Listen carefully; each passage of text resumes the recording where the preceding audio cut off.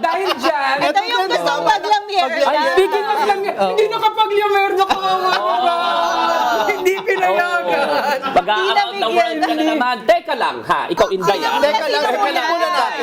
Inday, Teka lang, Sara. Inday, ha? Inday, ang sabi mo, ha, sa iyong deklarasyon, 0 ang cash on hand mo. Simula 2019. Simula 2019. Tapos, every single time na lang, nagmamayabang ka. Nagmamayabang ka na paglilipad ka, walang gasto sa gobyerno.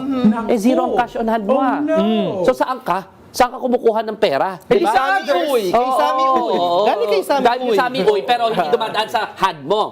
Diretso na. Ni Sami Uy bang binabayaran? Diretso na ba ng Parmaling binabayaran? Hindi na dumadaan sa kamay ninyo? Bakit billion-billion yung transaction sa bank account? Mali ka, anong bilyon-bilyon? Billion.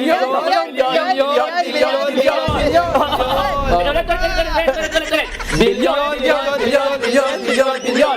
Tata Duterte! Uli pa. Tata Duterte! Napakalaking sinungaling itong si Inday Sara. No? Ang sabi nila, diba? Hubris yan eh. Hubris, no? Nakala mo, walang mga mangangahas at matatapang na mga Pilipino na haharapin yung mga kabalastugan at kalokohan mo. Akala kasi nila hindi sila mako-call out eh, no? Kaya okay lang magsinungaling ako sa sworn statement dito sa SALN. Okay lang na billion-billion ang pumasok mismo sa bank account ko. Anyway, sinapak ko na yung sheriff dati, hindi naman ako nahuli. Diba? Sinapak ko na yung sheriff dati, hindi nga ako nagkaroon ng disciplinary action, abogado pa rin ako eh, no? So, hubris, yumabang, lumaki ang ulo, kaya yung katigasan ng kasinungalingan, okay lang. Sworn document yan, pumasok man yan sa bank accounts, hindi kayo matatapang para tunturin ako. Tandaan mo, Sarah, ha? You will not always have it your way. Meron mga matatapang at mga taong laging ang katapatan ay nasa hustisya, no? Diba? Si Laila de Lima, inimbestigahan na yung tatay mo dati. Andyan na rin siya sa Senado, sa Kongreso. No? Nagtatanong kung bakit 0 ang cash declarations mo. Anong justification ninyo? Andun sa the others. Di ba?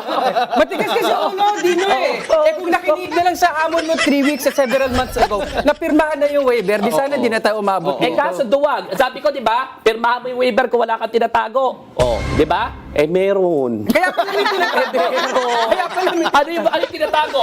Bilyon. Di ba? Yung pala yung tinatago. Kaya pala ayaw mong kunin yung waiver hamon ko. Oo naman. No? Hinahamon ka ba pirma ng waiver? Ayaw mo kasi ang dami mo pala talagang tinatago yung mga kabulustugan mo. Hoy, isang bank account pa lang yan ha, nila ni Man Scarpio. Meron pang mga ibang mga bank accounts, no? So yan yung mga abangan sa susunod na kabanata na lalabas sa impeachment trial. Kasi sigurado ako, more than substantial evidence na itong nandyan, more than probable cause na ang na-offer ngayon na talagang impeachable ito. Marami ka nang kinilimbat na pera, hindi ka pa nag-declare sa SALN mo. May tanong pala ako dyan. Sabi nila, yung total na billion, yung billion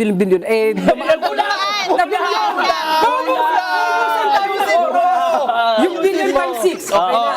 Lahat daw yan ay, hindi naman daw yun yung final amount. At hindi daw yun yung palusot ng mga DDS. Ano naman kasi yan? Inflow at outflow, di ba? Sabi ng Anti-Money Laundering, Council, na yan yung total na inflow at outflow. Correct. Ibig sabihin daw, hindi nangangahulugan na lahat ng yan ay pera ng mga mag-asawa. At hindi naman nangangahulugan ng lahat ng yan ay natira sa kanilang bank account. Correct. Oo, sige. Saan Ganito, napunta? gawin natin ha. Yung mga mas matataas pang sweldo, kahit na may in and out, tingnan dati ko magto-total na 6 billion. Imposible.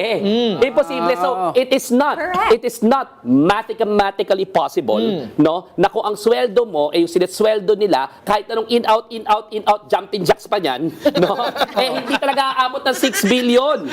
Di ba? Yung in out na yan. Tsaka, legitimate naman pala eh. Bakit di mo dinaklara sa SALN mo na meron kang cash on hand? 'Di ba? Kahit piso, wala eh. Kahit piso wala, Diba? tapos kung mag-around the world ka, kaya ka hindi napapayagan eh.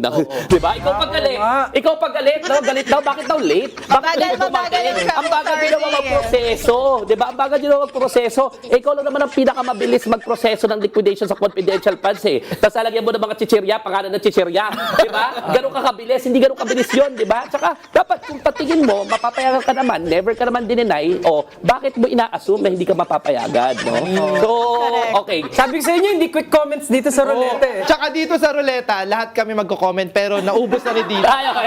Sige. So, yung kulatan na Ito, lang, okay. yun. Okay,